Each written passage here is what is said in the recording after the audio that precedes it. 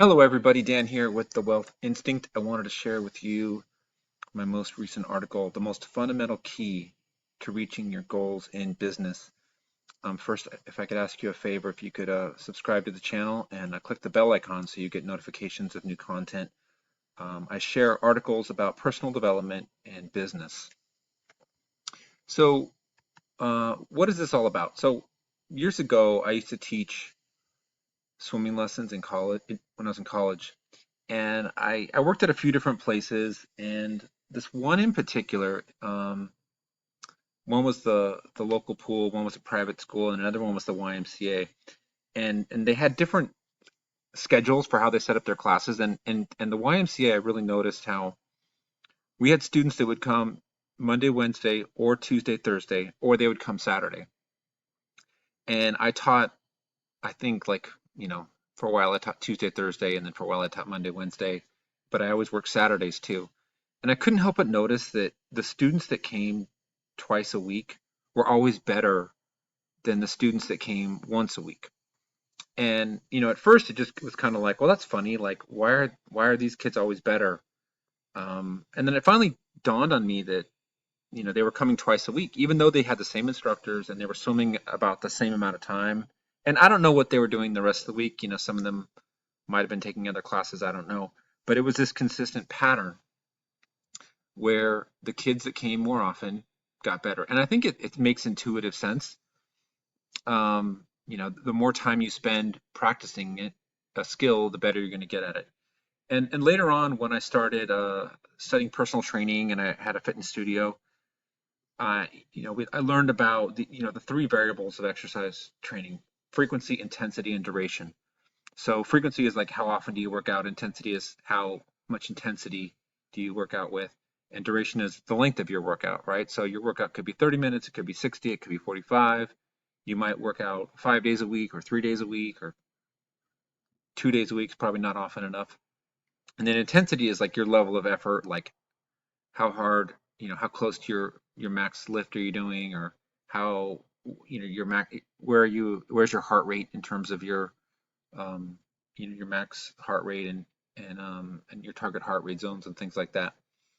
And I think that there's this kind of misconception that the way to get results is to work out really hard, and this is something I used to believe. And it really wasn't until I started working out with people who were more fit than me, and I realized that they weren't working out harder than me. Like, I used to work out harder than anybody.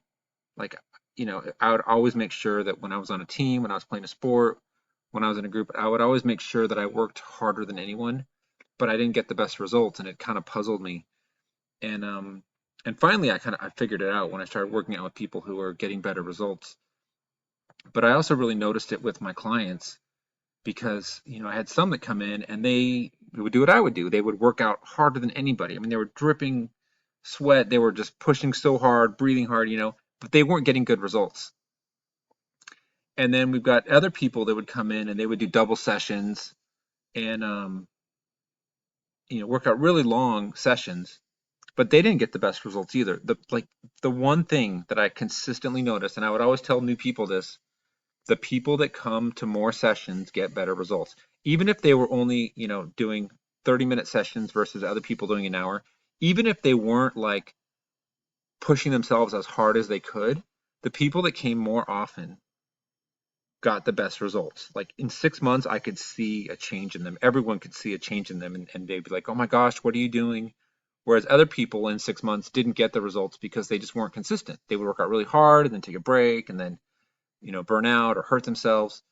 And this was something that was so obvious. And I think it's in school, hopefully you learn this, right? Like, cramming for the test doesn't work. You've got to like consistently learn how to study throughout the semester and not just wait till the last minute and try to cram everything at the last minute. And if you think about learning a language, the best way to learn a language is immersion, right? And immersion is like the ultimate consistent practice of a language because you're constantly learning, you're constantly hearing it, you're constantly around it. You know, it's this fundamental thing that I think we sometimes tend to forget.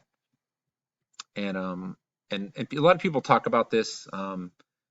Darren Hardy kind of talks about it in the compound effect, and Atomic Habits um, talks about this. I think there might even be a book called The Power of Consistency. I don't remember, but it's such a fundamental thing, and we tend to be good at the things we habitually do.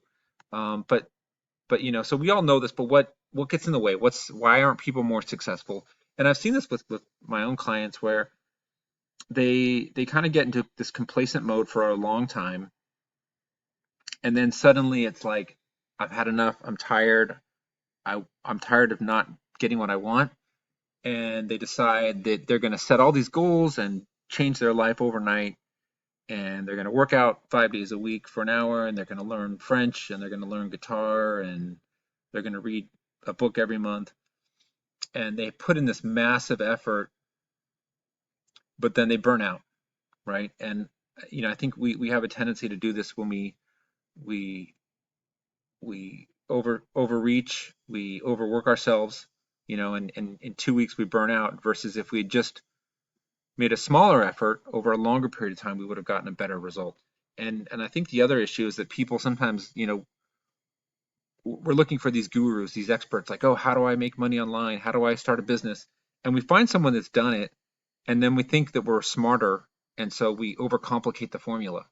It's like you take a little bit of this, it's like the buffet platter of success, right? Like, this person did that, this person did that. Let me take a little of this, let me take a little of that, let me mix it all together, and I'll get better results.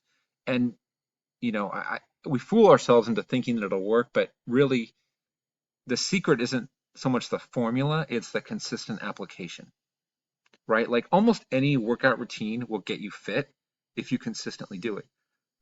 I had clients that would come to me once a week, then once a week they would drive 30 minutes to this amazing spin class, and then at 30 minutes they would drive 30 minutes to this other amazing yoga class, and they had all these different workouts that they would pepper throughout their week, and they were driving all over the place and spending all this money but not getting results, right? Because they were trying to like overcomplicate it and make this ultimate formula, when you really just need a simple approach, be consistent, and then continually make small improvements. And people just, we tend to overcomplicate it, and then we burn ourselves out, and then we stop being consistent, and then we don't get the result. I mean, it's really that simple, I think. So where to get started? And I really love this analogy of you say a journey of 1,000 miles starts with one step, right? You think about that, like like walking 1,000 miles sounds insane, but you could do it. Like any of us could do it, and people do it. Like they do the Pacific Crest Trail or the Continental Divide Trail. I don't know exactly how long they are, but I think they're around that length. And it really just starts. You have to start, right? And if you think about like each step along the journey, it doesn't have to be a perfect step, right? And it doesn't even have to be in the right direction, right?